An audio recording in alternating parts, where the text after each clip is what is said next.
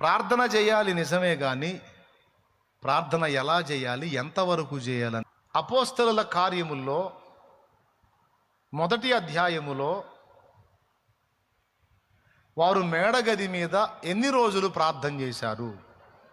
అందరూ తెలిసిన వాళ్ళు అందరూ చెప్పండి, నోరు తెరిచి. 100 రోజులా? ఒక రోజా? 10 దినములు అని ఎక్కడుంది? 10 రోజులు అన్నారు కదా, ఎక్కడుంది? ఉందా? మరి ఏందండి అందరూ ముక్త కంఠంతో 10 రోజులు అన్నారు? ఎక్కడుందని అడిగితే సౌండ్ లేదు. సరే వదిలేయండి. యేసు ప్రభు పస్కా అనబడిన పండుగలో అప్పగింపబడ్డాడు ఆ రాత్రి. ఆ తరువాత సిలువ వేయబడ్డాడు, సమాధి చేయబడ్డాడు, 3వ నాడు తిరిగి లేచాడు.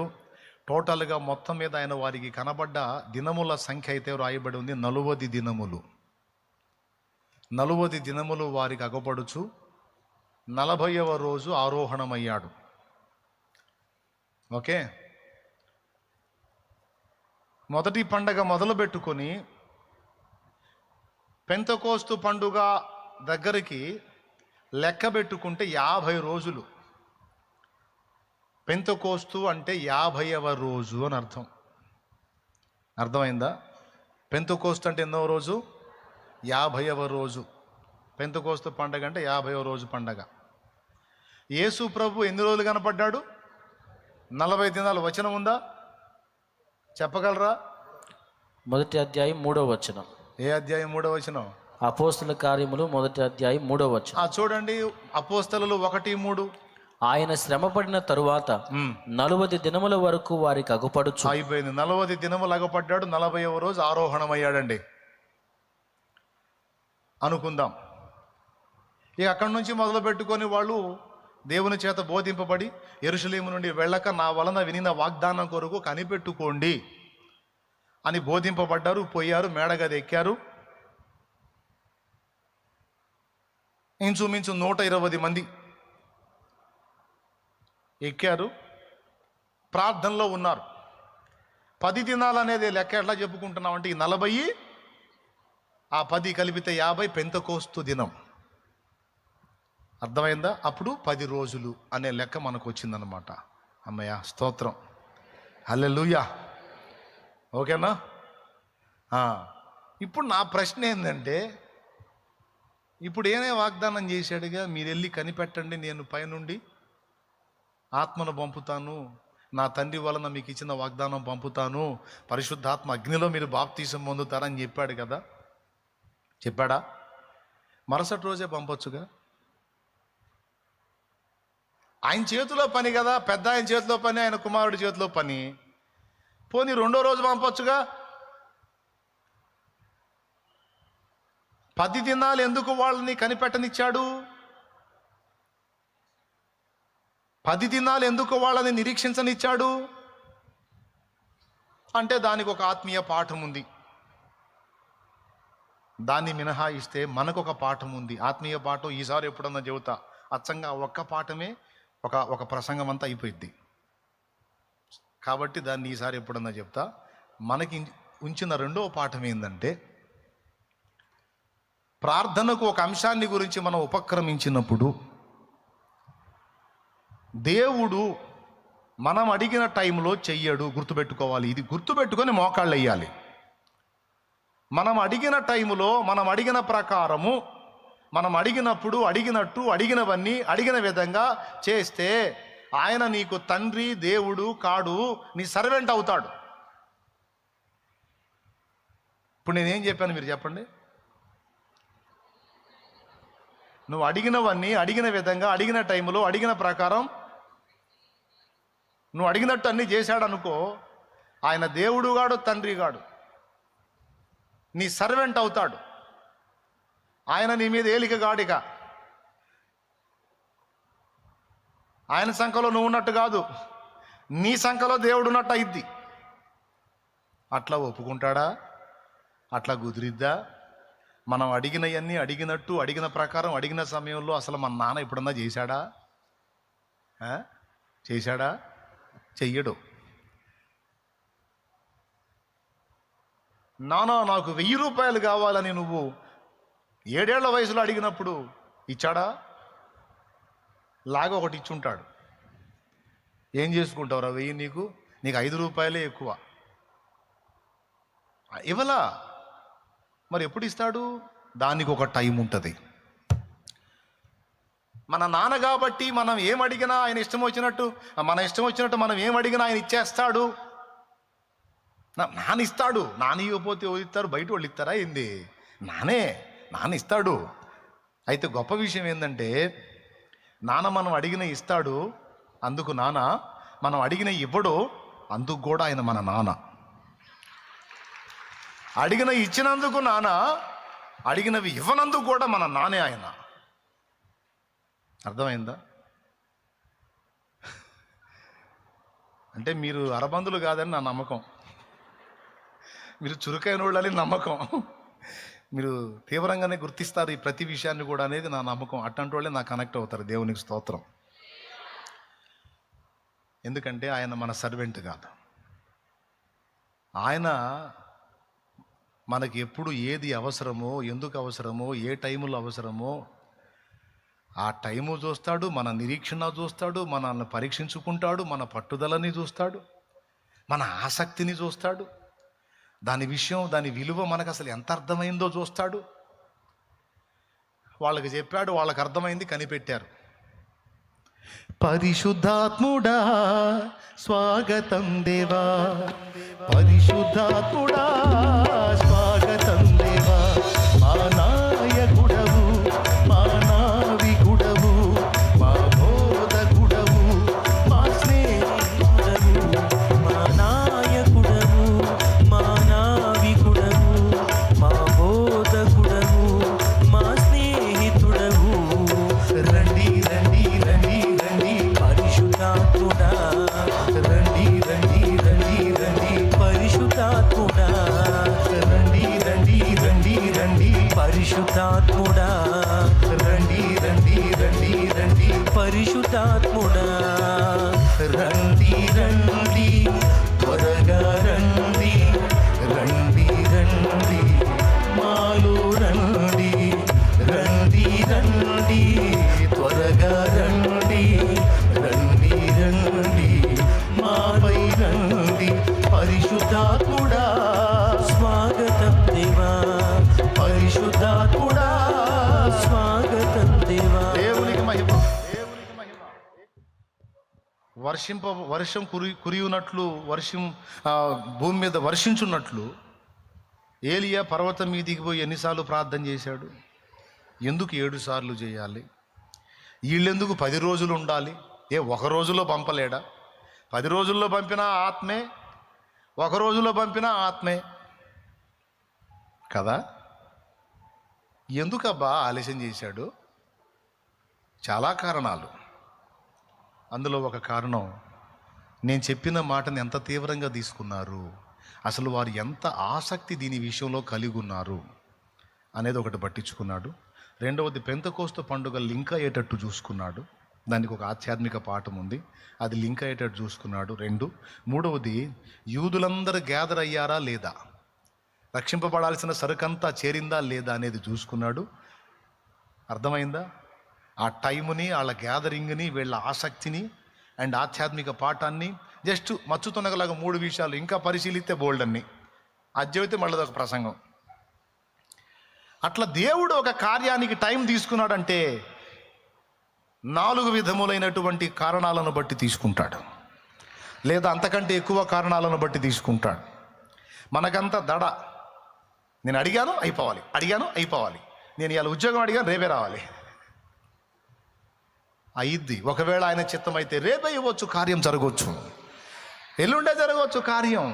దాని అవసరతను బట్టి, నీ పరిస్థితిని బట్టి, నిర్ణయ కాలాన్ని బట్టి ఆయన సంకల్ప ప్రకారం ఇస్తాడు. అయితే గమనించాల్సింది ఏంటంటే, ఒక కార్యాన్ని దేవుని యొద్ద పొందుకోవటానికి నువ్వు దేవుని ముందుకెళ్ళి మోకాళ్ళు ఊనినప్పుడు అది నీవు సిద్ధింపజేసుకునేంత వరకు వదలక ప్రార్థించాలి. విసుకక ప్రార్థించాలి. అది ఎన్ని రోజులన్నా బట్టని కూర్చోవాలి.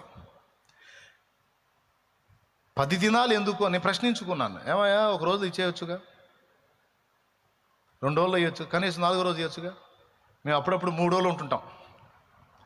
3 రోజులు ఉంటుంటాం. మనం గట్టిగా పట్టుబట్టామంటే 3 రోజులు మన ఫాస్టింగ్. ఇక అంత మించితే కష్టం. అట్లా 3 రోజులు ఇచ్చేయచ్చుగా. ఎప్పుడు ఇవ్వాలో నువ్వా నాకు చెప్పేది?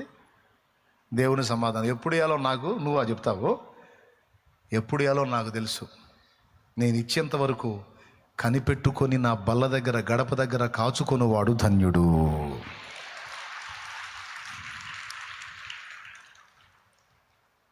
అర్థమైందా?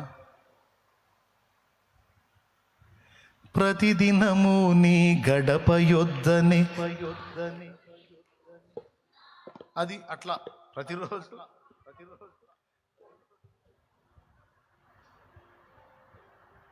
ఏమండి ఎందుకులే, మళ్ళీ మీరు ఛాయ్ తాగుదురు కానీ.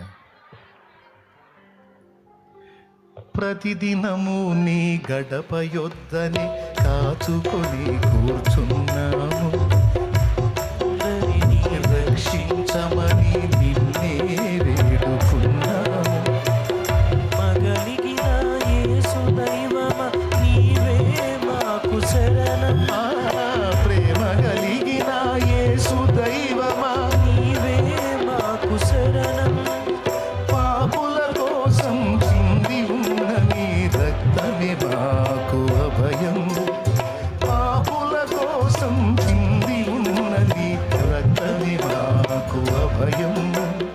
దేవా దర్శించుము, దేవా దీవించుము, దేవా దర్శించు మా దేశం, మా భారతదేశం. విజ్ఞాపనలు చేశాము మా దేశ ప్రజల కోసం. దేవా దర్శించు మా దేశం, మా భారతదేశం. విజ్ఞాపనలు చేశాము మా దేశ ప్రజల కోసం.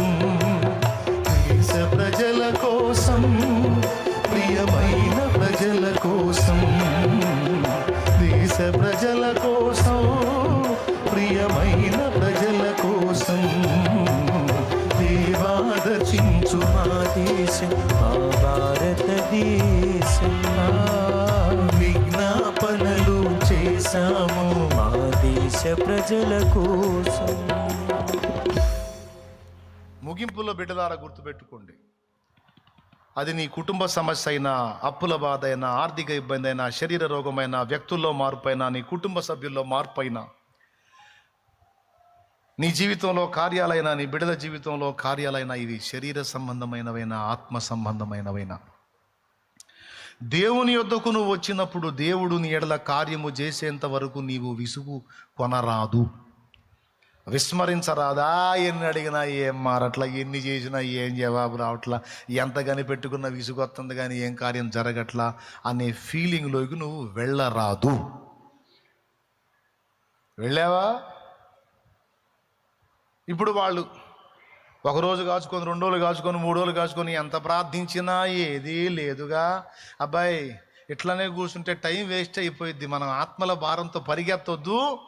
పదండి పోయి సేవ చేద్దామని పోతే అయిపోయేది వాళ్ళ పని. ఇదంతా టైం వేస్ట్ కార్యక్రమం. దేవుని శక్తి కొరకు దేవుని సన్నిధిలో కాచుకొని ఉండుట టైం వేస్ట్ కార్యక్రమం. వెళ్ళి పోటు పొడుద్దామని పోయినట్టయితే అభిషేకం వాళ్ళ మీదకి వచ్చేది కాదు. ఒక్క దినమంది 3000 మంది రక్షణ కార్యం చూసేవాళ్ళు కాదు. మంకు పట్టు పట్టారు, మొండి పట్టు పట్టారు. నువ్వు కార్యం చేసిందాక కదలము ప్రభువా అని ప్రార్థించటం కొనసాగారు.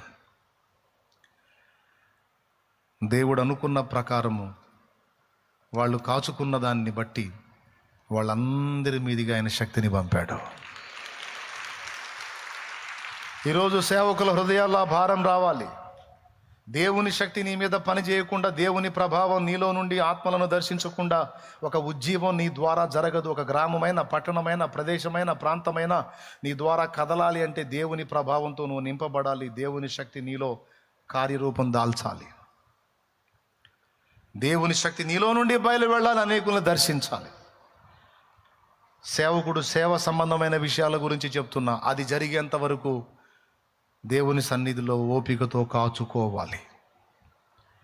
మీకు కూడా చెప్తున్నా, మీరు కూడా అనేక ఆత్మల్ని రక్షించున్నట్లు, అనేక జీవితాల్లో కార్యాలు చూచున్నట్లు, మీ బ్రతుకుల్లో కూడా కార్యాలు చూచున్నట్లు దేవుని సన్నిధిలో పట్టుదలగా ఓపికతో విసుగక నిత్యము ప్రార్థించాలి. గుర్తుపెట్టుకో, నువ్వు ప్రార్థించే ప్రతి దినము లెక్కించబడుతుంది. నువ్వు ప్రార్థన చేసే ప్రతి సమయము లెక్కించబడుతుంది, సంఖ్య రాయబడుతుంది. తెలుసా? ఏలియా 7 సార్లు ప్రార్థించాడని ఎట్లా చెప్పావు నువ్వు? దేవుడు రాయిస్తే చెప్పావు. అంటే ఎన్నిసార్లు ప్రార్థించాడో కూడా లెక్క రాసుకున్నాడు దేవుడు. ఆశ్చర్యం అనిపించట్లా మీకు? పనివాణ్ణి బొమ్మన్నాడు, దేవుడు వాన కురిపిస్తానన్నాడు రా, ఇంకా వాన పడలేదు, నేను ప్రార్థన చేస్తాను, ఆ సముద్రం వైపు చూడరా మెరకెక్కి, ఏమన్నా మేఘం సముద్రంలో నుంచి పైకెక్కిద్దేమో. పాపం పోయి మెరకెక్కి చూసి వచ్చాడు. దైవజనుడా ఏమీ కనపడలేదు. అవునా, ఇంకోసారి పోయిరా, మళ్ళీ ప్రార్థన చేస్తానని అట్లా 6 సార్లు చేశాడు. పాపం పోవటం, ఆ మెరకెక్కటం, రావటం, పోవటం, రావటం. ఏమీ కనపడలేదు దైవజనుడా. అట్లయితే ఈ మారుబో అని 7వసారి పంపించాడు. మోకాళ్ళ మధ్య తలబెట్టుకొని మళ్ళీ ప్రార్థన చేయటం మొదలుపెట్టాడు ఏలియా. అప్పుడు పరిగెత్తుకుంటూ వచ్చాడు, దైవజనుడా అరచెయ్యంత మేఘము ఆకాశమునకు ఎక్కుచున్నది అన్నాడు. అప్పుడు ఆపాడు ప్రార్థన. అప్పుడు ఆపాడండి ప్రార్థన. ఈ మధ్యలో ఎన్నిసార్లు జరిగిందో ఆ సంఖ్య దేవుని ఆత్మ రాయించాడు గ్రంథములు, 7 మారులు అని. రిజల్ట్ వచ్చేంత వరకు ఎలీషా ఎన్నిసార్లు మునగమన్నాడు నయమాన్ని? 7 మార్లు.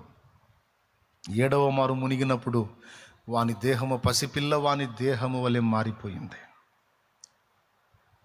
దేవుడేం చెప్తున్నాడో, దేవుడేం రాయించాడో దృష్టి పెట్టాలి సోదరులారా. ఆవేశంతో పరిగెత్తడం కాదు, అన్నీ అయిపోవాలి, ఇప్పుడే అయిపోవాలి అన్నీ అని తపన పట్టం కాదు. దేవుడు టైం ప్రకారం పనిచేస్తాడు, కాలానుగుణంగా పనిచేస్తాడు, సందర్భాన్ని బట్టి పనిచేస్తాడు. ఫైనల్గా చెప్పాలంటే దేవుడు మన సర్వెంట్ కాదు, దేవుడు మన రాజు. దేవుడు మన రాజు. రాజు తన చిత్త ప్రకారము సమస్త కార్యాలు నెరవేరుస్తాడు. మనం ఏం చేయాలి? ఆయన మీద ఆనుకోవాలి ఓపికతో. కాచుకోవాలా, ఇసుక్కోవాలా? కొంతమంది అప్పుడప్పుడు నా దగ్గరికి వచ్చి, ఆ దరిద్రుడు మారాలని ఎన్నిసార్లు ప్రార్థన చేస్తున్నా వాడు మారి సావట్లేదన్నా, నేను చచ్చినా వాడు మారేటట్లేడు, ముదనష్టపోడు. ఎవరంట? ముదనష్టపోడు. నేను చచ్చిన దాకా మారేటట్లేడు దరిద్రుడు. ఎన్ని రోజుల నుంచి, సంవత్సరాలు అయిపోయింది వాడి కోసం ప్రార్థన చేస్తా. నేను చెబుతున్నాను, చచ్చిపోయిన దాకా చెయ్యి. మరి దేవుడితో ఆ మాటే చెప్పు, నేను చచ్చిపోయిన దాకా చేస్తానే ఉంటా ప్రభువా అని చెప్పు దేవుడికి. ఆయన చిత్తమైతే నువ్వు సావకముందే వాడిని మారుతాడు. గుర్తుపెట్టుకో, నువ్వు అడిగిన ప్రతిసారి దేవుడు కార్యం చేస్తానే ఉంటాడు వాని విషయంలో. ఎన్నిసార్లు నువ్వు ప్రార్థించిన ఆ ప్రార్థన ఎప్పుడు వ్యర్థంగా పోదు. నువ్వు అడిగిన ప్రతిసారి దేవుడు సరుకులు సిద్ధపరచుకుంటూ ఉంటాడు. ఖచ్చితంగా కార్యం జరిగింది. దానియేలు మోకాళ్ళు వేశాడు దర్శన భావం తెలుసుకోవటానికి. 21 రోజు అయింది లేవలా. 21 రోజు తర్వాత గాబ్రియల్ దూత వచ్చి చెప్పాడు, బిడ్డ నువ్వు రాజాదిరాజు ముందుకు వచ్చావు, విసుగక ప్రార్థించమని లూకా 18లో యేసయ్యే చెప్పాడు. అంటే ప్రార్థన చేసేవాడికి విసుగు వచ్చిద్దని యేసయ్యకు తెలుసు. మన ఫీలింగ్స్ అసలు ఏముంటాయి, ఎలాంటి ఫీలింగ్స్ ఉంటాయి మొత్తం తెలుసు ఆయనకి. ఎందుకంటే మనల్ని చేసినోడు ఆయనేగా. దేవునికి స్తోత్రం కలుగును గాక. ఓకేనా? నా ప్రార్థనలను ఆలించువాడవు, ప్రార్థనలన్నీ నెరవేర్చువాడవు. నా ప్రార్థనలను ఆలించువాడవు, ప్రార్థనలన్నీ నెరవేర్చువాడవు. మాట తప్పని దేవుడ నీవు, మాట తప్పని దేవుడ నీవు, మనవులను మన్నించిన, మదిలో వ్యధను తొలగించిన, నీ స్తోత్రము స్తోత్ర సింహాసనం నీకే నా స్తోత్రము స్తోత్ర సింహాసనం యేసయ్యా నా గణదైవమా నా అభిషేక తైలమా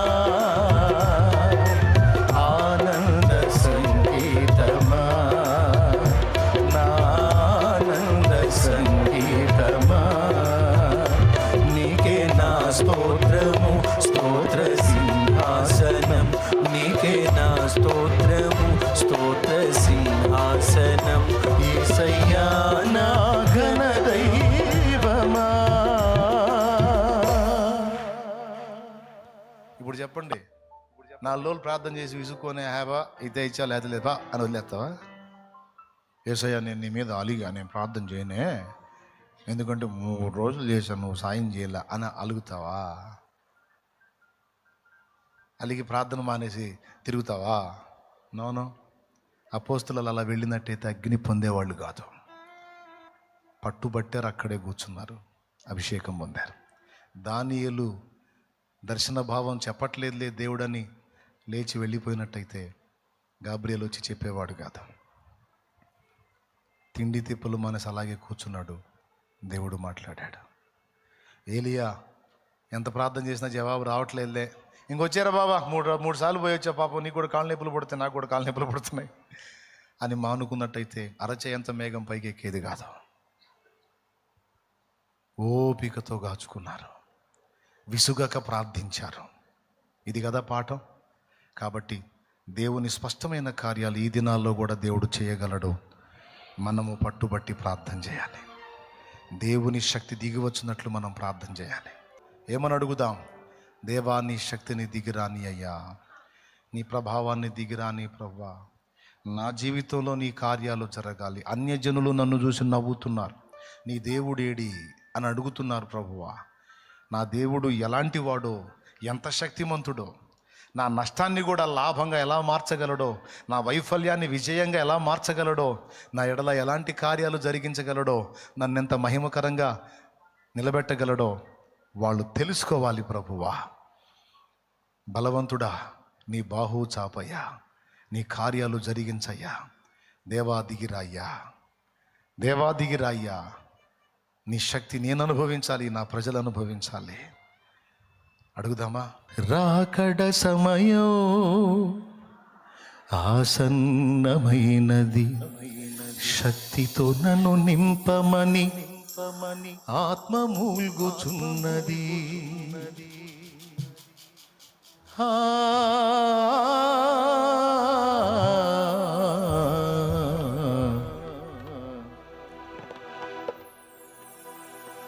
అడుగుదాం దేవుణ్ణి,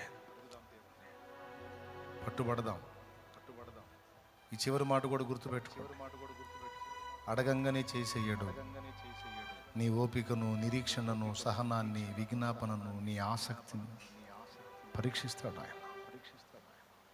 ఏం పరీక్షించే హక్కు ఆయనకి లేదా? అంతేకాదు, కార్యాలు జరిగించడానికి తగిన కాలాన్ని నిర్ణయిస్తాడు. ఎందుకంటే నీకు 4 మేలు కలగాలని, అంతేగాని నిన్ను యాతన పెట్టాలని కాదు. కాబట్టి గుర్తుపెట్టుకొని పట్టు వదలక ప్రార్థించు.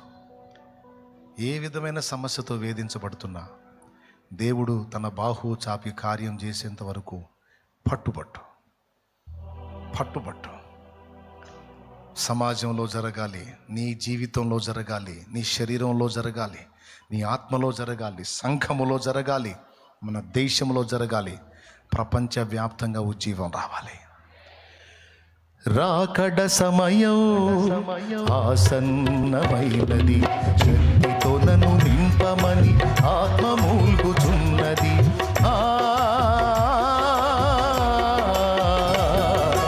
రాకడ సమయం ఆసన్నమైనది, శక్తితో నన్ను నింపమని ఆత్మ మూల్గుచున్నది. ఆరంభ సంఘ